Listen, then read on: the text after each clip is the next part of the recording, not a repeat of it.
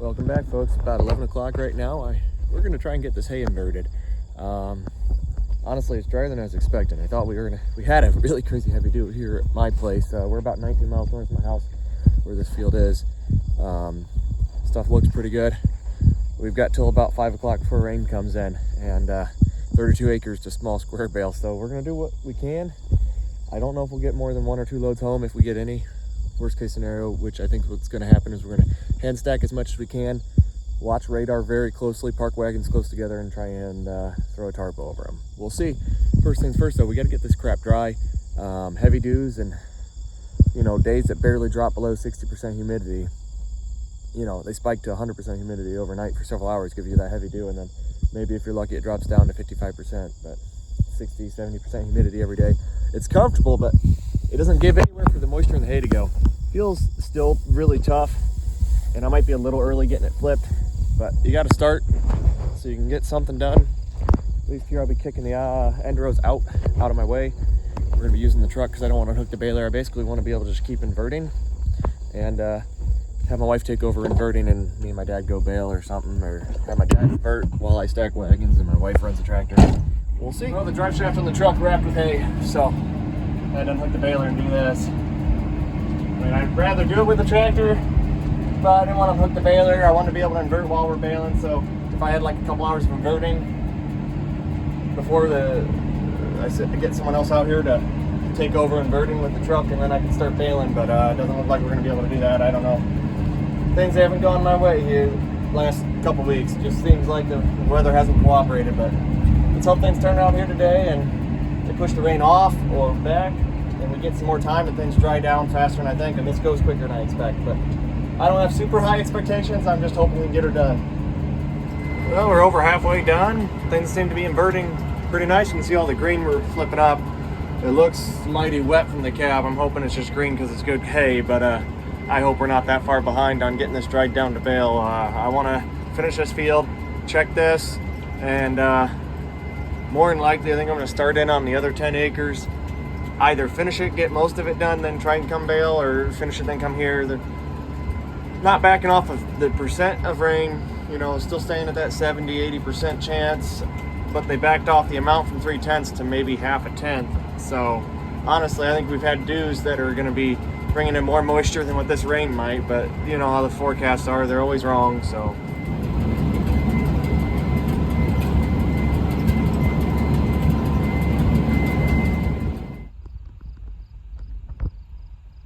there's still a little bit wrapped around the drive shaft. You can see that. This is a small pile. There's a lot more than this. I think we're gonna try and start baling again. It's been about a half hour, so we'll do it.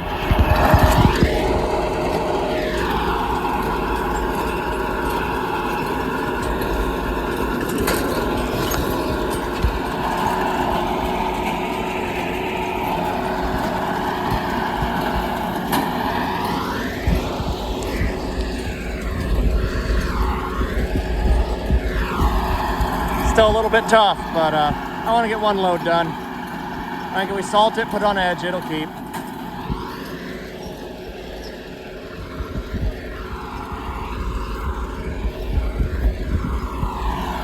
Nice stuff, though.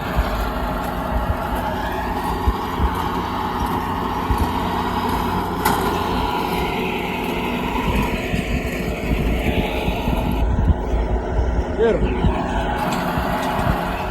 I don't know how many bales we got on here, but I got on as many as I was going to get. Maybe could have squeezed a couple more in the front, but man, it was going to get tight. Yeah, it was one of the smaller wagons. We got 206 bales on, so I'm happy with that. It's a good load. We're going to do one more here and keep an eye on radar, I guess. All right, 206 bales on that load. Let's hope we get over 230, 240 on this one, and then we'd have a heck of a good start to this. I feel like it's getting drier. Well, we're done for the day. See the rain's starting to roll in. They're pulling back on the amount. We might get a 1/10 inch, 1/10 and a half. That's all we get. I'll be pretty happy. I felt a few drops walking to the truck. Forget what the counter said, like 436 or something like that. So 430-ish bales baled today. You can see we got a few rows left in this 20-ish acre field. I forget what this, it's 32 total. I think that's only 20, and then the other's like 12. or it's 22 and 10, I don't know. Just what I'm seeing, I'm gonna go out and guess we're gonna be around that 40 bale an acre, which is up from the 32, 35 we got on second cut. Could be slightly better, hard to say. We'll find out once we get it all done, of course, if we small square bale everything and not round bale the rest. All depends if we get a 1/2 inch of rain or a 1/10. It'll be a big difference between those two on what we decide to do moving forward. Fingers crossed we only get that 1/10. Now, moisture on what we baled today, I mean, I would have maybe kept baling, pushed a little harder, grabbed another wagon, done that yet. We only had 2 tarps. We could have put 2 wagons together and tarp 2, but this fully encapsulated both wagons, covered them really nice. Probably would have been baling right up to these couple sprinkles we have right now, and the humidity's just jumped up sky high. I mean, we were probably around 60%. Now it's up in the 80s, 85, and has been for the last hour or so. Stuff's just getting tough already. So decided to shut it down. The hay's probing 13 to 18%. 18% hay can keep or should keep, but in my mind that was only true on cured hay that's 18%. So we're talking like a dew moisture, whether it's coming off or coming in, or maybe perhaps you got a 1/10 inch of rain and now that hay's drying back out. The fact that this is still trying to cure because of how humid it's been, how heavy the dews have been, you know, we maybe dropped 2 points of moisture from yesterday. If this is good drying conditions, like with some wind and some sun and 85 degrees and lower humidity, like what we might have in July, let's say, we're dropping 2 points of moisture every hour almost at times.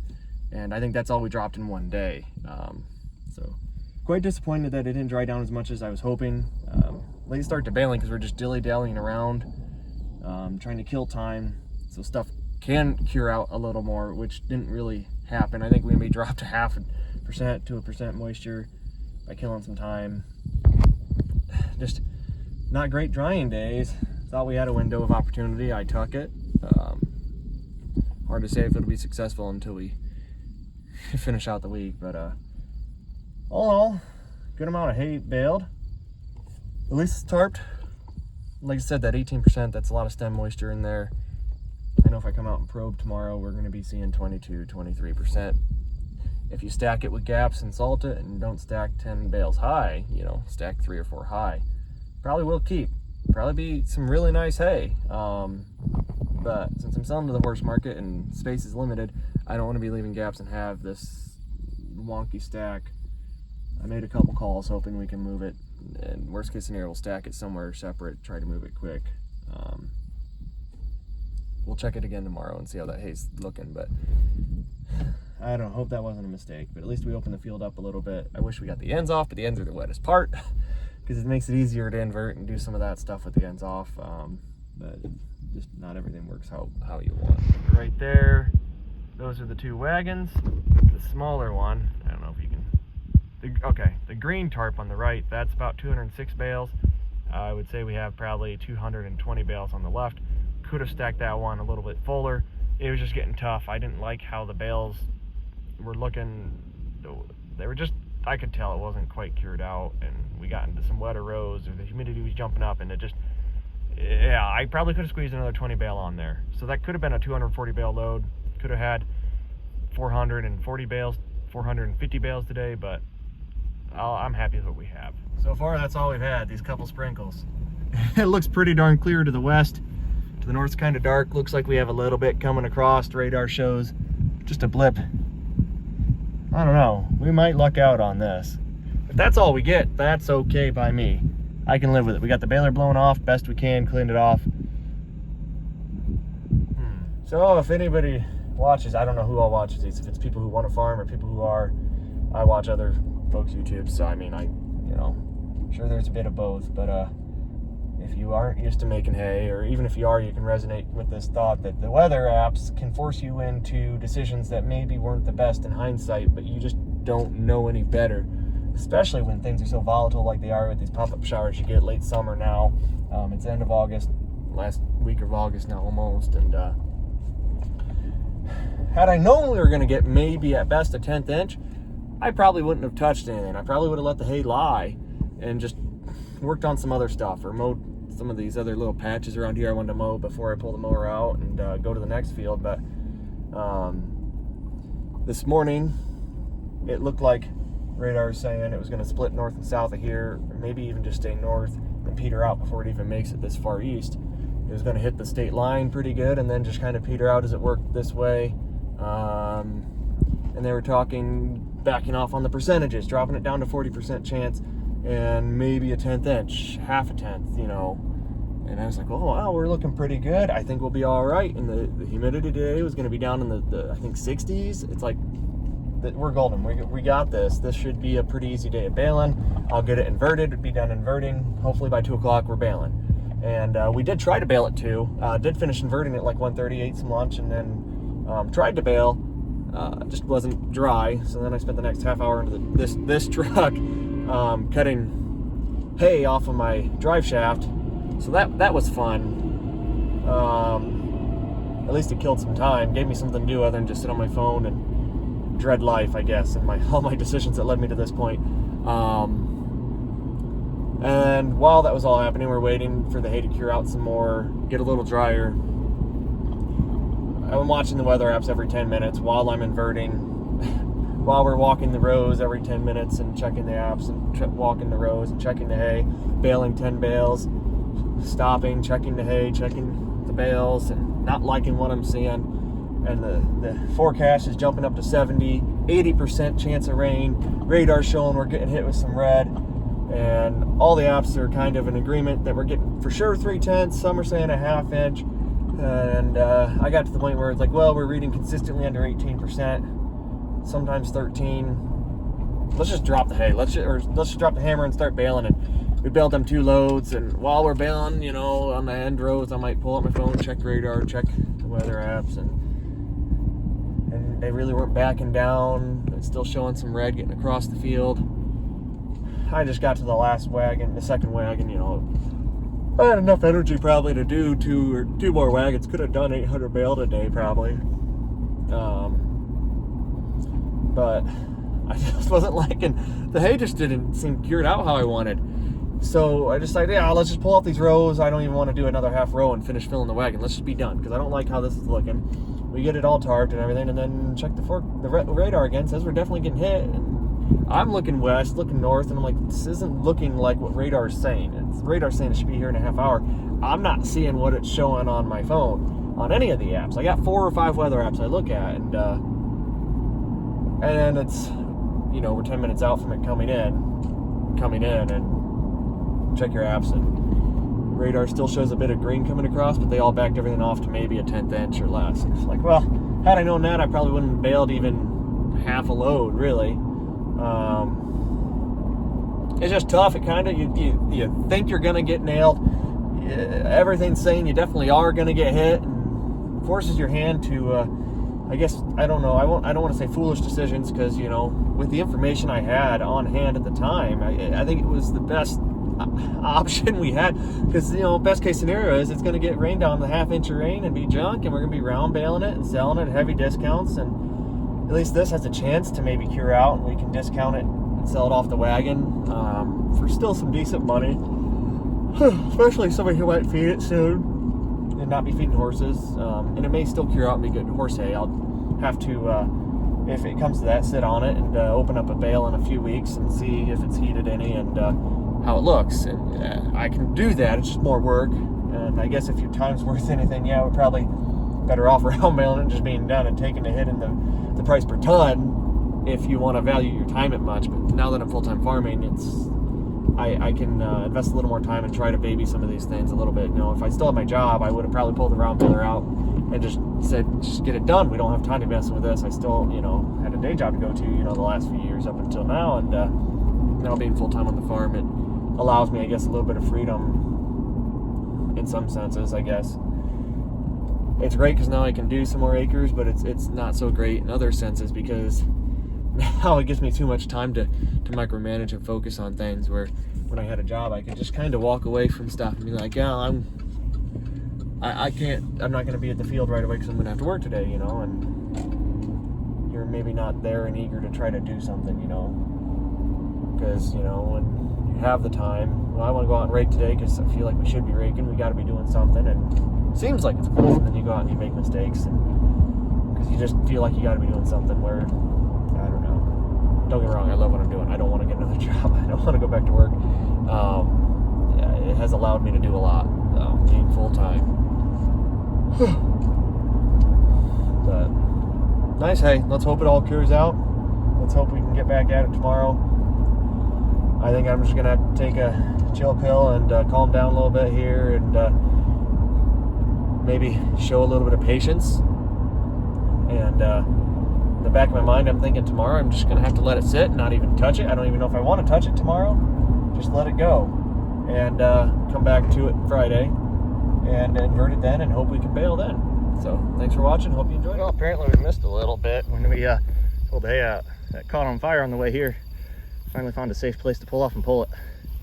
Cool. That was fun. All right, I'm ready to go home. Before you come at me in the comments saying, well, who the heck would invert with a truck? We've done it probably more often with a truck than we have a tractor, to be honest. That inverter is just easy to run out there with a truck, flip it over, and go home. But this truck sits a little lower than a 1 ton. I just thought I could save some time. Things, like I said, you think you got the best of plans, because you think the weather's going to be one way, and you just want to try to get things set up in a manner in which you can be the most effective with your time and beat the odds. But man, this thing was throwing a lot of smoke, and I should have pulled off sooner. But don't worry, that burning hay was only right next to the fuel tank, so no concerns there.